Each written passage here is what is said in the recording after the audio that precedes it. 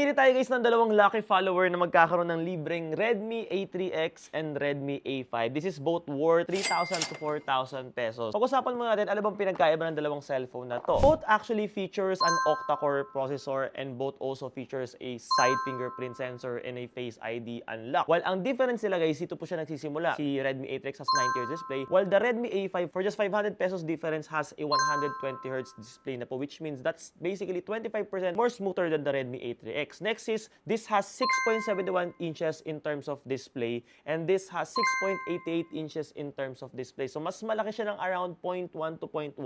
When it comes to battery naman guys, this is 5,000 mAh and this is 5,200 mAh. And in terms of the camera, dito sila guys, pinakamalaki yung difference. This is at 8 megapixel camera and this is a 32 megapixel dual camera. So, kung ikaw, ano sa tingin mo pipiliin mo? The Redmi A3X or the Redmi A5? If you want to get this for free, guys, panoorin niyo guys yung full review natin on the YouTube channel. Nandun yung mga mechanics natin, guys. Meron tayong review about the Redmi A3X versus the Redmi A5. See you there. Bye-bye.